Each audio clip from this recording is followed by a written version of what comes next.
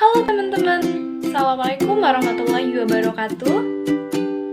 Perkenalkan, nama saya Dina Deviarti. Saya merupakan mahasiswi akuntansi syariah semester 3 kelas B dengan NIM 2008205054. Oke teman-teman, di video kali ini saya akan membahas tentang salah satu mata kuliah saya teman-teman, yaitu mata kuliah akuntansi syariah, di mana dosen pengampunya itu yaitu Ibu Haula Nakhwatunisa MSI. Nah teman-teman, ada satu bab yang membuat saya tertarik, yaitu tentang akad salam. Nah teman-teman, apa sih akad salam itu? Akad salam merupakan transaksi jual beli di mana pada saat transaksi barang yang diperjualbelikan itu belum ada teman-teman. Nah, tapi pembeli itu membayar uangnya tunai pada saat terjadi transaksi, sedangkan barang dikirim di kemudian hari. Nah, dari pengertian saja pasti teman-teman sudah tergambar nih. Wah, ini kayaknya aku tahu nih. Dropship. Iya kan teman-teman? Zaman sekarang itu biasa disebut dengan dropship. Jadi penjual itu nggak punya barang nih, tapi penjual itu menjual barangnya bisa lewat mungkin dari online shop dengan karakteristik seperti apa, misalnya bajunya kayak gini, warna ini, dan lain sebagainya. Itu teman-teman. Nah, kok kita belum punya barang boleh ngejual? Apakah dalam Islam diperbolehkan? Itu kan salah satu pertanyaan teman-teman. Jadi sebelum teman-teman melakukan usaha, teman-teman cari tahu dulu nih, apakah sebagai umat muslim ya, apakah ini diperbolehkan atau tidak, gitu teman-teman. Nah, ternyata untuk dropship ini diperbolehkan dalam agama Islam. Kenapa sih akad salam ini dibolehkan dalam Islam? Teman-teman, ada satu hadis yang mengatakan barang siapa yang melakukan salam, hendaknya ia melakukannya dengan takaran yang jelas dan timbangan yang jelas pula, dan untuk jangka waktu yang ditentukan. Jadi teman-teman, ini merupakan salah satu hadis dari hadis riwayat Bukhari Muslim yang menjelaskan tentang akad salam pada zaman Rasulullah. Nah teman-teman, pasti kepikiran dong, apa sih manfaatnya, kenapa sih akad salam ini diperbolehkan gitu, apa sih alasan yang mendasari hadis tersebut gitu kan, hadis yang tadi saya sebutkan. Nah teman-teman, manfaat akad salam ini yang pertama untuk penjual, yaitu mendapatkan modal lebih awal untuk melakukan usahanya. Jadi ketika penjualnya tidak punya modal, penjual itu bisa melakukan transaksi akad salam untuk mendapatkan modal dan untuk melakukan usahanya. Dan yang kedua itu untuk pembeli. Gini teman-teman logikanya ya, harga di saat sekarang dan juga ketika masa depan itu pasti harga mengalami perubahan, biasanya mengalami kenaikan. Nah, ketika kita memesan sekarang itu harganya pasti lebih murah kan teman-teman, dan dengan barang yang sama.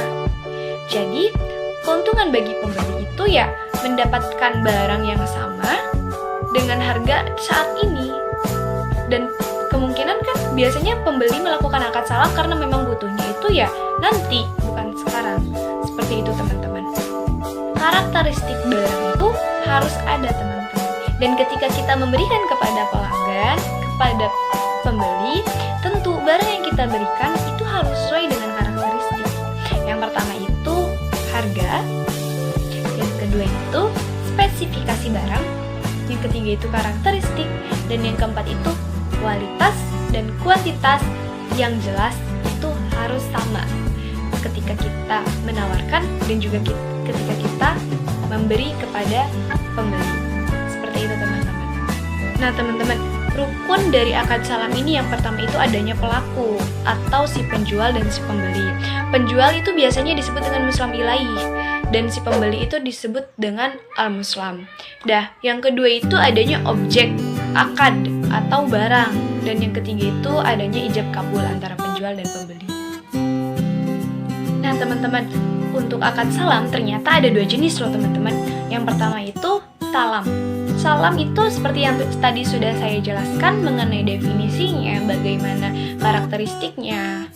Nah, akad salam ini contohnya, skemanya itu seperti ini nih teman-teman. Bisa dilihat sama teman-teman. Nah, skemanya seperti itu. Skemanya jadi pembeli memesan barang kepada penjual, nah, dan melakukan transaksi, jadi ngasih uang ke penjual. Nah, penjual karena tidak punya barang, jadi penjual itu memesan ke produsen. dari produsen, barangnya itu langsung dikasih ke pembeli. Jadi tidak melalui penjual terlebih dahulu untuk barang, tapi untuk pesanan itu melalui penjual terlebih dahulu. Seperti itu teman-teman.